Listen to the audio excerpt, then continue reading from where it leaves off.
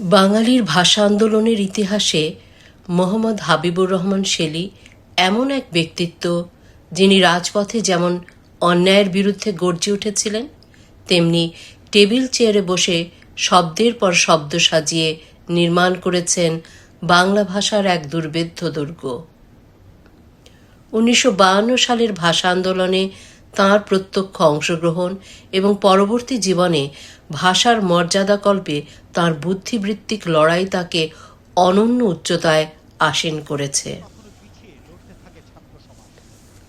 1952 সালের 20 ফেব্রুয়ারি যখন পাকিস্তান সরকার 144 ধারা জারি করে, তখন ছাত্র সমাজের মধ্যে তীব্র প্রতিক্রিয়ার সৃষ্টি হয়।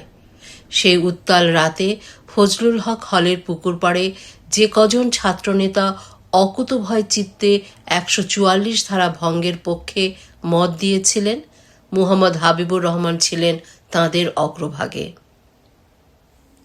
21 ফেব্রুয়ারি আমতলার ঐতিহাসিক সভায় যখন সিদ্ধান্ত হয় যে 10 জন করে ছোট ছোট দলে বিভক্ত হয়ে মিছিল বের করা হবে, তখন প্রথম অথবা দ্বিতীয় দলের নেতৃত্ব দেন তিনি।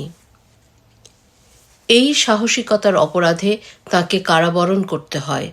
আদালতে দাঁড়িয়ে তিনি বলিষ্ঠ কণ্ঠে ঘোষণা করেছিলেন যে 144 ধারা জারি করা ছিল একটি অন্যায় পদক্ষেপ এবং তাঁরা কেবল সেই অন্যায়ের প্রতিবাদ করেছেন। 11 মার্চ মুক্তি পেলেও রাষ্ট্র ও বিশ্ববিদ্যালয় রোষানল থেকে তিনি রেহাই পাননি। কারামুক্তির পর তিনি ঢাকা বিশ্ববিদ্যালয়ের ইতিহাস বিভাগে প্রভাষক হিসেবে যোগ দিলেও সরকার তাঁর নিয়োগ বাতিলের চাপ দেয়। বিশ্ববিদ্যালয়ের সম্মান রক্ষার্থে তিনি স্বেচ্ছায় পদত্যাগ করেন, কিন্তু এই অবিচারের প্রতিবাদ তিনি করেছিলেন অত্যন্ত নান্দনিক ও ব্যতিক্রমী উপায়ে। বিশ্ববিদ্যালয়ের সিংহদ্বারে বুকে ট্রে ঝুলিয়ে সিগারেট বিক্রি শুরু করেন তিনি, যার নাম দিয়েছিলেন শেলিজ ওন শপ। একজন মেধাবী শিক্ষকের এই চলমান দোকান ছিল তৎকালীন স্বৈরাচারী ব্যবস্থার মুখে এক সপাটে চড়। মুহাম্মদ হাবিবুর রহমানের ভাষা নিয়ে কাজ কেবল আবেগতাড়িত ছিল না, বরং তা ছিল অত্যন্ত বৈজ্ঞানিক ও গভীর। তাঁর সবচেয়ে বড় কৃতিত্ব যথাশব্দ 1974 প্রকাশ। এটি বাংলা ভাষার প্রথম ভাব অভিধান, যার ভূয়সী প্রশংসা করেছিলেন বিশ্বখ্যাত ভাষাবিদ সুনীতি কুমার চট্টোপাধ্যায়। বাংলা ভাষা নিয়ে তাঁর অনন্য গুরুত্বপূর্ণ কাজগুলো হল বচন ও প্রবচন, মিত্রাক্ষর ও আইন শব্দকোষ। কোরআন সূত্র ও কোরআনের সরল বঙ্গানুবাদ করেন হাবিবুর রহমান। হাবিবুর রহমান শেলীর কাছে রবীন্দ্রনাথ ঠাকুর ছিলেন বৌদ্ধিক জগতের ধ্রুবতারা। মাতৃভাষার সপক্ষে রবীন্দ্রনাথ বা রবীন্দ্রনাথের আইনি ভাবনার মতো বইগুলোতে তিনি কবিগুরুর চিন্তাধারাকে নতুন আঙ্গিকে বিশ্লেষণ করেছেন। 3রা ডিসেম্বর ভারতের মুর্শিদাবাদ জেলার জঙ্গিপুরের দয়ারামপুর গ্রামে জন্ম নেওয়া শেলী ইতিহাসে স্নাতক সম্মান ও স্নাতকোত্তর শেষ করে আইন বিষয়ে স্নাতক হন। 1958 সালে অক্সফোর্ড থেকে আধুনিক ইতিহাস বিষয়ে স্নাতক সম্মান সম্পন্ন করেন। 1959 সালে ব্যারিস্টার হন।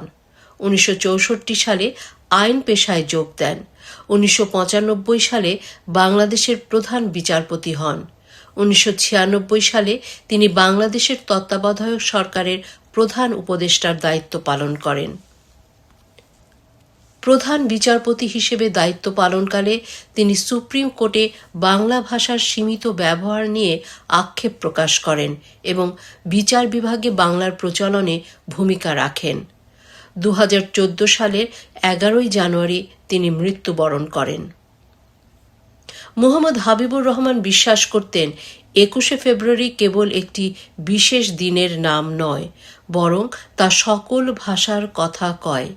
মাতৃভাষার প্রতি প্রগাঢ় প্রেম তাকে সংকীর্ণ করেনি, বরং বিশ্বের বহু ভাষা, আরবি, ইংরেজি, ফরাসি, এমনকি শেষ বয়সে চীনা ভাষা শিখতে উদ্বুদ্ধ করেছিল। তিনি ছিলেন একাধারে ইতিহাসের ছাত্র এবং ইতিহাসের নির্মাতা।